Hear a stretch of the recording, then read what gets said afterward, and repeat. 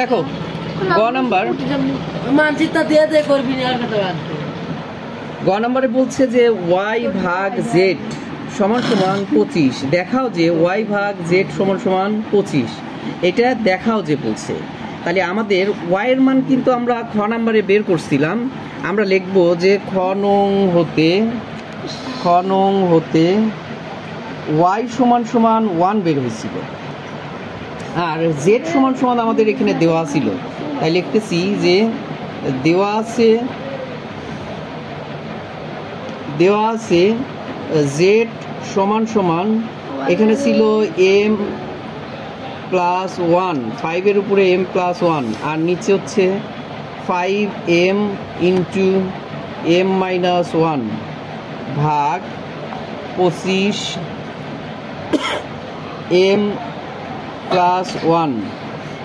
নিচে 5 এর উপরে m মাইনাস 1 m প্লাস 1। সবাই একটু এদিকে খেয়াল করো, সমান সমান আমাদের উপরেরটা যা ছিল তাই 5m প্লাস 1, নিচে এই 5 m দিয়ে m এর সাথে গুণন করলে m স্কয়ার, আবার m দিয়ে 1 এর সাথে গুণন করলে m ভাগ এই 25কে যদি আমরা ভাঙি 5 5 25, 5 এর উপরে কত 2, আর আমাদের এই ছিল কি m প্লাস 1, নিচে আমাদের 5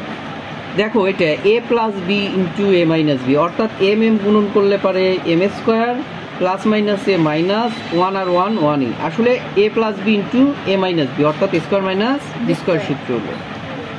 এবার এসে দেখো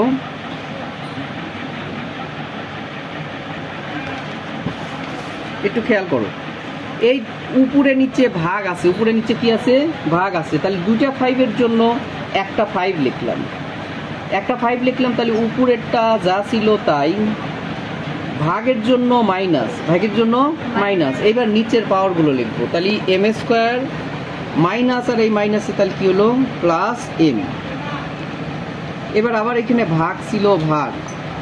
দেখো এটা 5 এই 2 দিয়ে এইটার সাথে গুণন করে দেই, 2 দিয়ে m এর সাথে গুণন করলে 2m প্লাস 2 দিয়ে 1 এর সাথে গুণন করলে 2,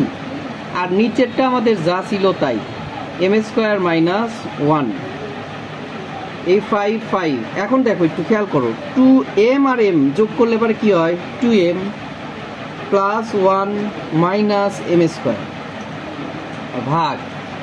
এই দুইটা 5 এর জন্য একটা 5 লিখলাম, তাহলে উপরেরটা যা ছিল তাই, এই ভাগের জন্য মাইনাস, এবার নিচেরটা লিখবো m স্কয়ার মাইনাস মাইনাসে প্লাস 1। এবার একটু খেয়াল করো, এই দুইটা 5 এর জন্য একটা 5 লিখলাম, তাহলে এটা যা ছিল তাই, এই ভাগের জন্য মাইনাস, এবার উপরের পাওয়ারগুলো লিখবো, মাইনাসের জন্য এখানে সব চিহ্নগুলো পরিবর্তন হয়ে যাবে, তাহলে m মাইনাস 2 মাইনাস ছিল প্লাস m স্কয়ার প্লাস ছিল মাইনাস 1, তাহলে এটা minus 1 minus 2m plus 2m বাদ, মাইনাস 1 প্লাস 1 বাদ, plus m square minus m square বাদ, তাহলে বাঁচলো কি 5 এর উপরে মাইনাস 2। আসলে মাইনাস মানে তো আমরা জানি 1 ডিভাইডেড, 5 যদি 2 বার গুণন করি তাহলে 5 5 25, তাহলে এটা কার মান বের হয়েছে, এটা মান বের হইল হচ্ছে y এর, আর এখানে আমাদের ছিল কি না, এটা বের হলো z এর, আর এটা আমাদের ছিল কি y এর। তাহলে আমরা এখানে লেফট হ্যান্ড সাইড দিয়ে লিখবো যে আমাদের লেফট হ্যান্ড সাইডে ছিল কি যে y ভাগ z,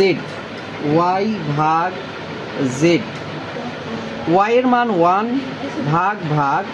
z এর মান বের হয়েছে কি 1/25, তাহলে এখানে এই 1 ভাগে গুণন দিলাম, তাহলে নিচেরটা উপরে গেল আর উপরেরটা নিচে আসলো, 1 আর 1 কাটা, বাঁচলো কি 25, তাহলে এটাই হচ্ছে রাইট হ্যান্ড সাইড। আমরা বলছিল যে 25 হচ্ছে রাইট হ্যান্ড সাইড ছিল, তাহলে লেফট হ্যান্ড সাইড সমান সমান রাইট হ্যান্ড সাইড। এটা কি দেখাও যে বলছিল, তাই লিখবো শুড।